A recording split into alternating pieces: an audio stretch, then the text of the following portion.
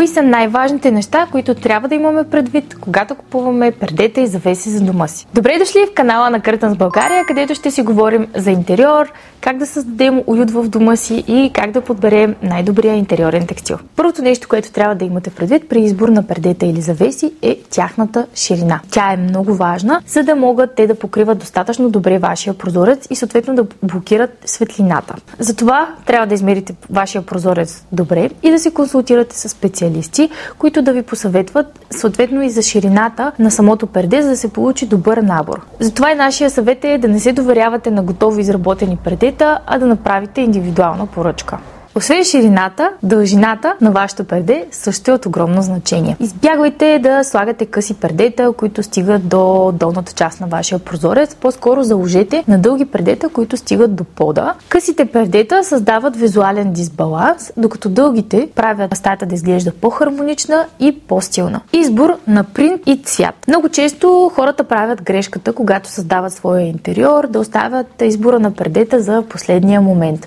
Това може да създаде трудности, тъй като в последния момент по-трудно можем да впишем цвета и принта на пердетата, които да се допълват достатъчно хармонично с останалата част от интериора. Много по-лесно ще бъде още в началото на избора на вашия интериор да подберете адекватен принт и цвят, който да се впише достатъчно добре с мебелировката в стаята, с цветовете на стените, с пода. Важно е да обърнете внимание и на светлината, тъй като гледайки пердето в магазина и в къщи цветовете могат да бъдат различни спрямо светлината в съответната стая. В Curtains България имате възможност да вземете мостра на пердето, което смятате, че ще се впише добре във вашия интериор, да го тествате на място, да огледате добре, да прецените и тогава да поръчате. Често пердетата и завесите ни се струват като просто един детайл, който обаче прави много голяма разлика. Избягвайте поставянето на корниза точно над рамката на вашия прозорец. Това отново визуално скъсява помещението и създава дисбаланс.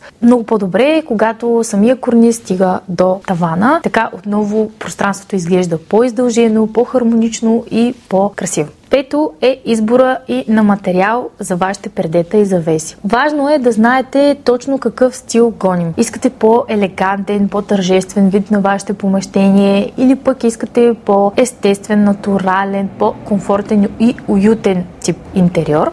Това ще бъде основната насока при избора ви на материал. В следващото видео ще разгледаме по-подробно всеки тип материал. Но, например, ако искате да имате по-елегантен вид на вашето помещение, то, примерно, пердета от кадифе може да бъдат доста добър избор, тъй като те са по-тържествени, падат тежко. Ако пък искате малко по-натурален вид, по-бохо стил, например, може да се спрете на натуралните материи, като памук и лен. Ако имате нужда от съдействие за избора на текстила на вашия дом, то вижте кои са магазините на Curtains България във вашия град и можете да ги посетите. Нашите консултанти не само ще ви дадат насоки, а могат да дойдат на място, да измерят вашите пердета, да изготвят индивидуална поръчка, дори да ги монтират. По този начин може да ви спестят време, усилия и нерви. Абонирайте се за нашия канал, за да следите нашето съдържание с още интересни и полезни съвети за интериора на вашия дом.